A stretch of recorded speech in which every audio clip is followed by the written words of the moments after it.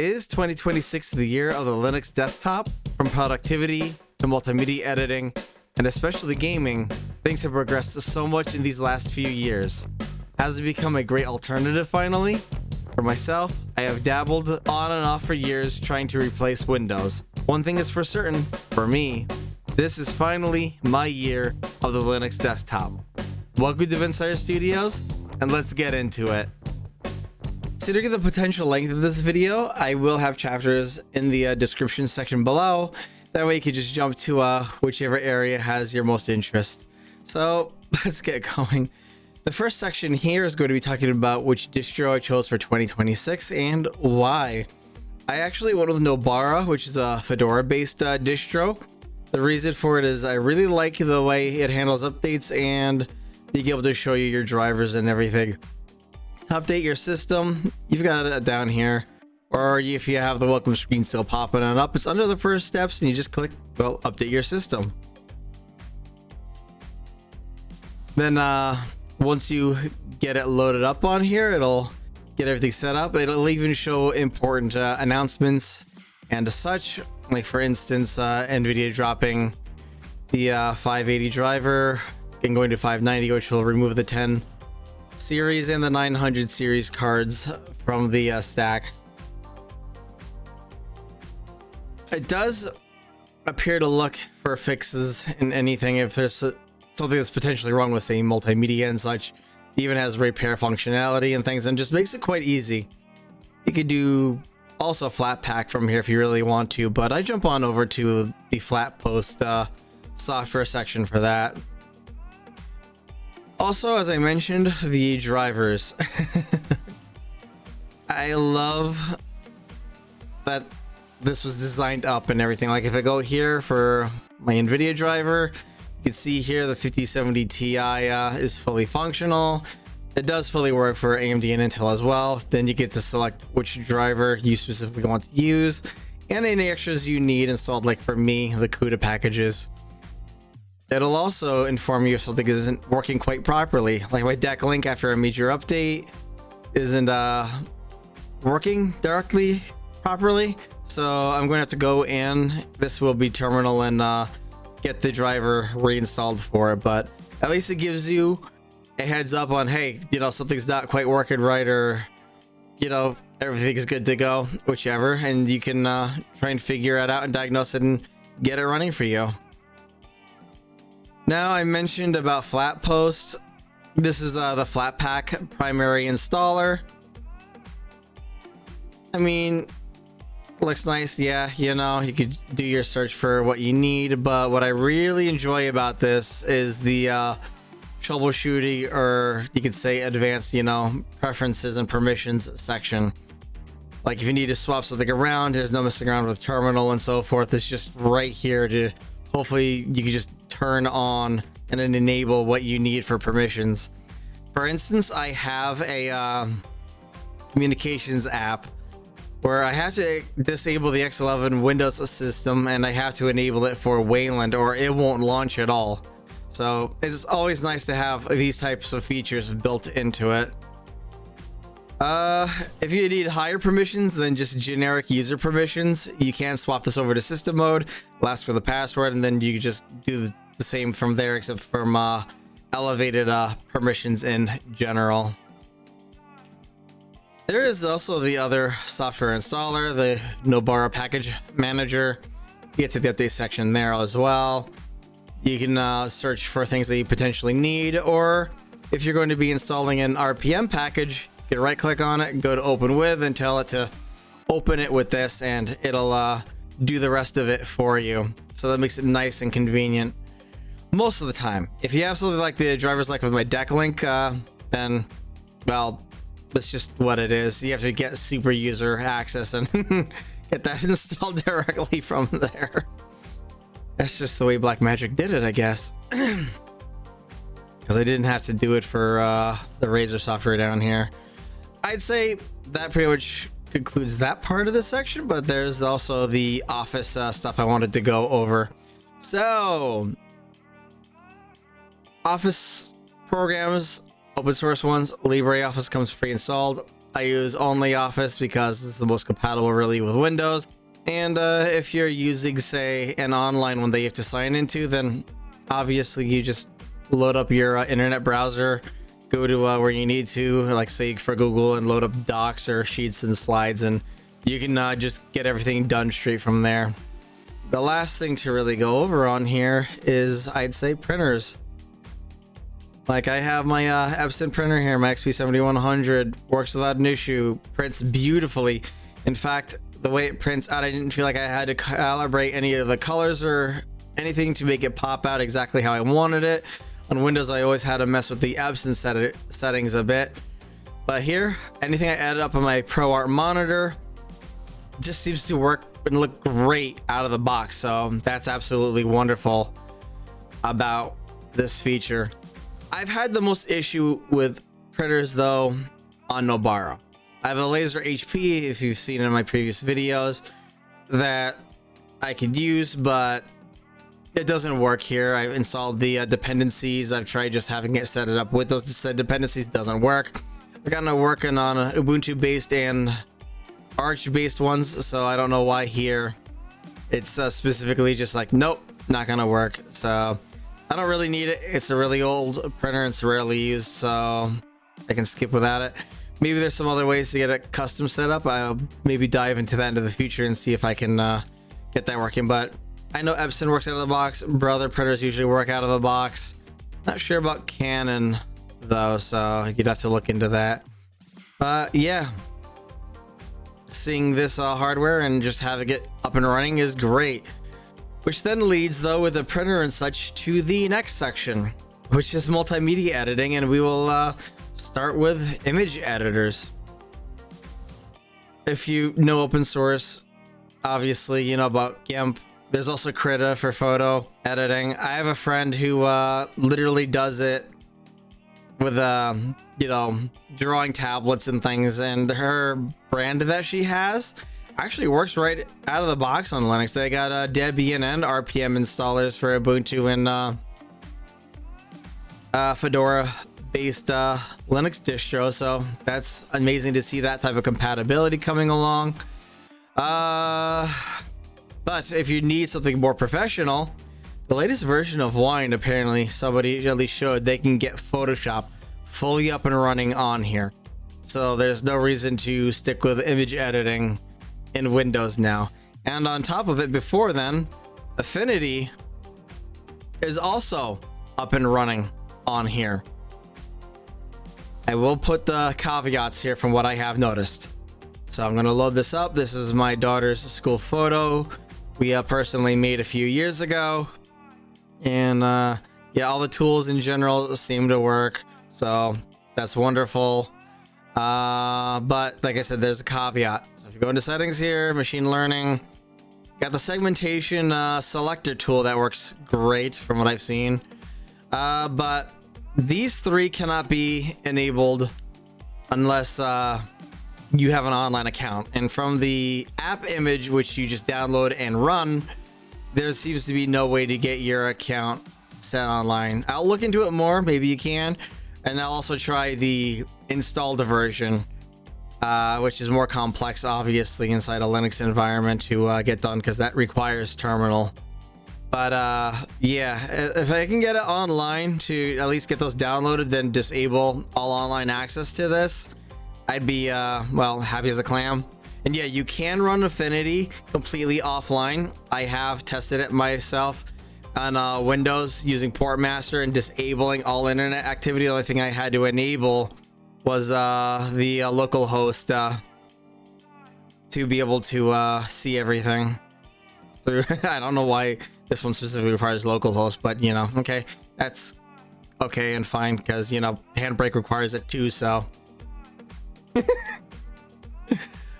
Oh, another thing to point out, yes, the printer on here does work. I have tested and printed out with it, so it's they really got it up and running, and that's great to see. The second one I will now go into, of course, is video editing. I have some very generalized tools for video editing. You've got open source options like Shotcut. People seem to like Kden Live. I didn't when I used it last time. I think OpenShot is supposed to be really good as well. But if you, again, need something a little more professional, you could definitely go with Davinci Resolve. Davinci Resolve, as far as I know, has had a Linux version for a very long time. On past videos, I showed how to set it up using inside an Ubuntu environment along with Manjaro. They're not too difficult, they just require a terminal. But inside Nobara, they have a direct installer. In the welcome section, you just go to optional steps, click on installer, update Davinci Resolve, and select the download zip. And then it'll go through, unpackage everything, and set it up for you. And that makes it very easy. You just double click on it afterwards and it'll load on up, and without all the hassles of needing to do terminal and using the .run file directly yourself. Now, this has a couple caveats in itself. So inside Davinci Resolve, one of the things you'll see there is there are the audio VSTs, the audio plugins. You can see all of the standardized plugins, so on and so forth, and those are the ones that come with the program itself. You don't see VSTs though. They just do not work inside of Linux, unfortunately. Recording directly from a mic, from everything I have seen, things, unless you do some potential quirky workarounds, doesn't work either. But you'll see from Carla, from my previous video, I have VSTs in here. These are literally VSTs from LSP that I got set up on the system so that I can patch my audio directly through these and to get my mic to sound the way I wanted it to. And they work wonderfully. So I'm just hoping in the future Davinci Resolve fixes this. And one other issue to kind of bring up. The AI voice isolation works inside Davinci Resolve, including, normalizing the voices via their tools and so forth. What doesn't work is the AI voice training. I don't know why. You saw from the drivers, I got CUDA fully installed. Obviously, it's working because Davinci Resolve in general is working. But when you set it up and click it to analyze and so forth, it'll go through it. It'll set up the generics for it, but it won't do, I guess, the machine learning part. I don't know if it is exclusive to Nobara. I'd have to test it on. I can test it on my laptop and see if it works there on the Manjaro. But yeah, it just doesn't work here. And another thing to bring up real quick is Davinci Resolve on a laptop with NVIDIA graphics on Nobara. I can't get it to launch. The prime-run command doesn't even exist at all, as it states, and it'll load up, but it'll won't recognize the CUDA to be able to process things properly. I used to be able to right-click, I believe, on it and tell it to use NVIDIA graphics to force it, but you can't now. If somebody knows a workaround to it that I haven't been able to find, put that in the comment section below, and let's keep each other informed. Yeah, for video editing, I'm really impressed with how it works and is. It's also using full 10-bit on the displays. So yeah, that's nice to have. Now the final one, of course, for multimedia for anyone would be audio. Oh god, audio is fun, and you have things like Audacity that's free to use, but they also have Reaper on here for audio editing. So I can load that up real quick from right here. You can see for it. Yeah, Reaper's not free, paid software. Okay, so it looks like they won't lock you out, but you're supposed to purchase it after 60 days. This has been more than 60 days since I had this installed, so that's why this is popping on up let's just click this here. Okay, I don't use this in general. I just wanted to get the I just wanted to see if I can grab the plugins and use it in Linux, and you can't without some janky like workaround and things to basically kind of emulate the 32 their plugins for Windows and their VSTs, and it's just all kinds of weird. And I wasn't gonna have some like background emulation kind of layer for it, and I got it working on the LSPs anyway, so yeah.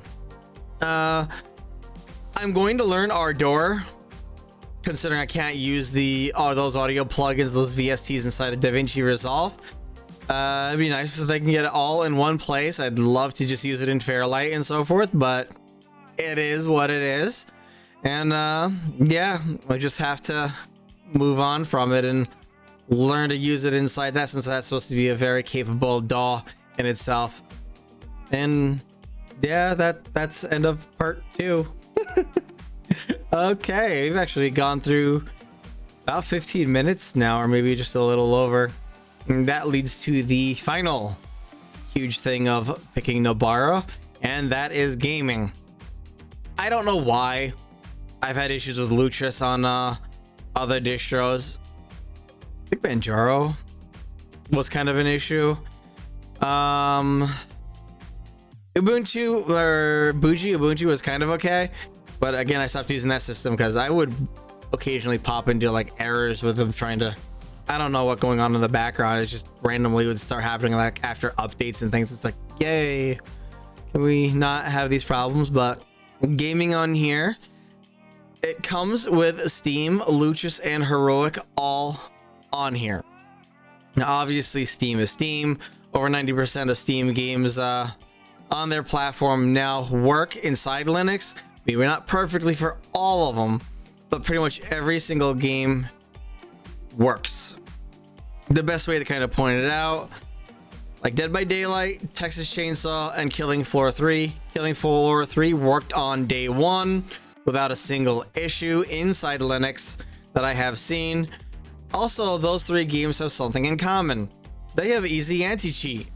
They do not have a kernel level based version of it, so all of them run inside Linux. BattleEye is, from what I understand, mostly compatible as well, unless it's kernel level. And yeah, unless for some reason you absolutely have to have those games, then I would recommend dual booting. But it has come out in the last several days that EA is working to get their Javelin anti-cheat system fully working inside of Proton and Linux. They're hiring developers for that now, at least from the information that has come out. So once that dam cracks, the others are pretty much sure to follow, unless for some reason they want to be left behind.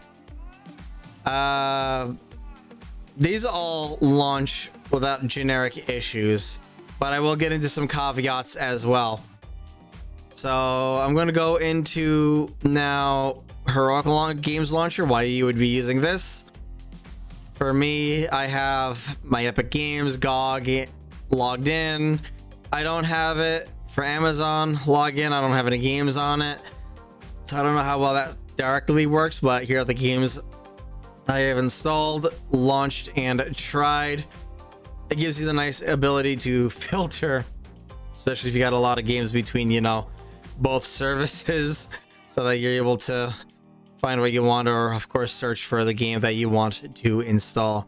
These in general just seem to launch from here. All right, I gotta shoehorn one small thing in here that I forgot to talk about also, which was Lutris. All right, Lutris, let's get this loaded on up for you to see.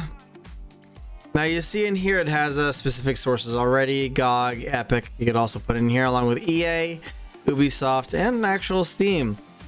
Now I have EA Launcher installed along with the Battle.net one, and yeah, after you get them set up on here from EA one, I did it from their installer itself. From here, you would just click on it to, I believe, run or whatnot, and just follow through the install prompts.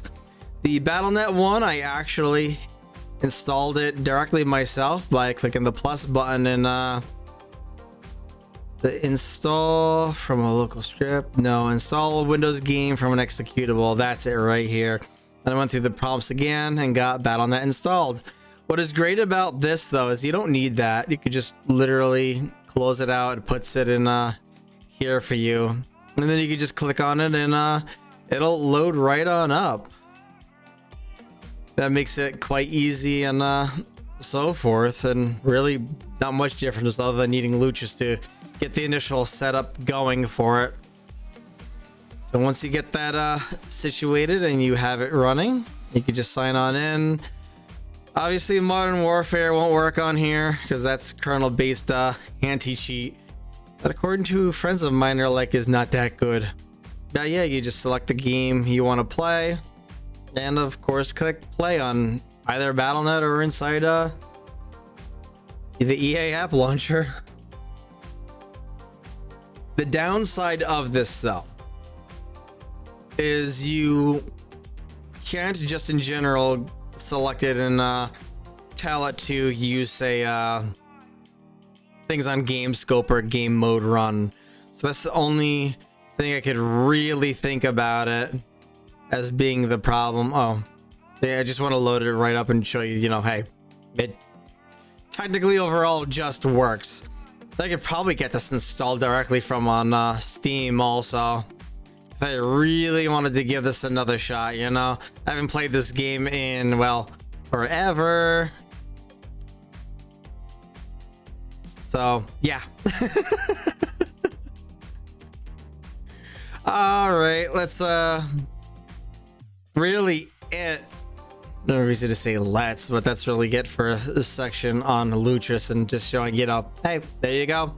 Here's your games on whichever one you choose to use to install them, and that's wonderful. And get back to the rest of the original video because now I'm just rambling. Game scope. Here's part of the issues that I'm going for before. Mirror's Edge doesn't like it if you use some of the game scope commands. Like this is a DirectX 9 game. I'd like to be able to just launch it and exit out of it afterwards and have it borderless, but you can't do that from here. For some reason it crashes out and you have to force close it inside the monitor. So that is a partial issue. Another issue would be that not everybody knows how to do these settings. So if there is a nice UI, or why would I? There's a nice like UI setting or something that you could do it directly from, making it easier for some people would be nice, but all I gotta say is certain things aren't perfect. Game scope is one of them. Game mode run is pretty simple. It just to make sure it gives priority to the gaming itself. More improvements should be coming with the Linux kernel 7, I believe, for how scheduling is handled on processors and such should alleviate that to be even better, but that's in the future for the time being. But there's a reason why I have this set up as it is here. One, for this game, it's also DirectX 9. I wanted to have borderless and force full screen, so you need to have the width and height added as well, along with this command line. But there's another reason for it, and that is this. If you change your scale on a monitor, it'll change the resolution that it sees as the max resolution for a monitor, and it doesn't have to be that monitor.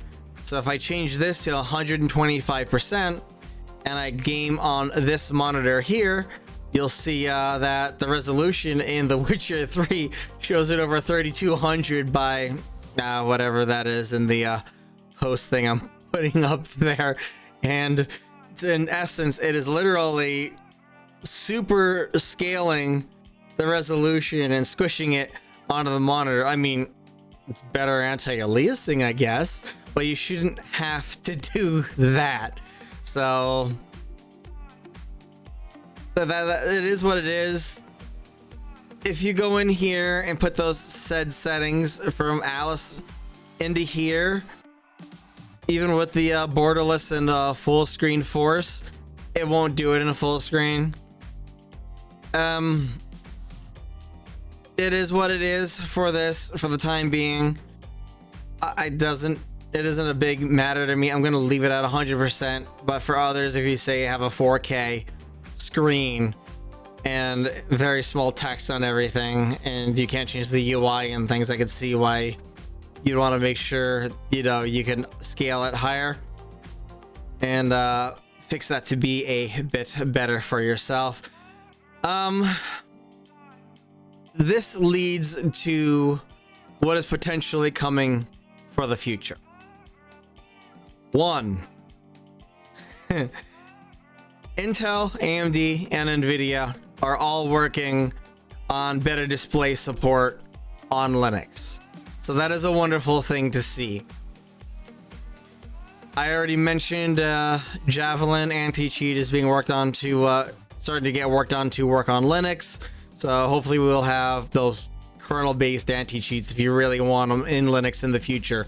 I brought this up months ago on the Gaming Tribe Gaming and Tech Show I do once a month with my friend Zappo QX. And 3, Nvidia specifically, it was announced the past day that the 295 drivers are going to be coming on out. They are 295? 595. 595 drivers are being worked on now. Even though the 590 still is in preview stage, technically branch in Nobara. But the 595 is being worked on. Now, why this is important is on my 5070, I was seeing a 20 to 25% FPS dip inside games, specifically like DirectX 12 ones. A Cyberpunk 2077 is notoriously bad. On my 3080 Ti, I saw maybe an 8 to 10% dip only. So something's really wrong with how it is being handled here inside of Linux, and Nvidia, liking to keep their primarily closed drivers. So thank you for working on this and getting it to be a bit better. Nvidia is also hiring. They didn't say hired. I think they're hiring more developers and things to work on better drivers and compatibility support with Proton and DXVK and all that stuff. So they're finally taking it seriously. While AMD, from the Linus Tech Tip video, as I recall, showed that they're pretty much on par, and even shown sometimes in the past that AMD graphics drivers could be better on Linux and have better performance in games on Linux than on Windows. So yeah, these are things that you can look forward to, along with, well, why I chose to go with Nobara and why this is literally my year of the Linux desktop. So if you liked the video, hit that like button. If you didn't, you know what to do. If you have any comments, questions, or suggestions, leave them in the comment section below. And if you liked what you saw here, hit that subscribe button. And if you're already subscribed and have been watching the videos, thank you for the support, and I'll see you all later. Bye.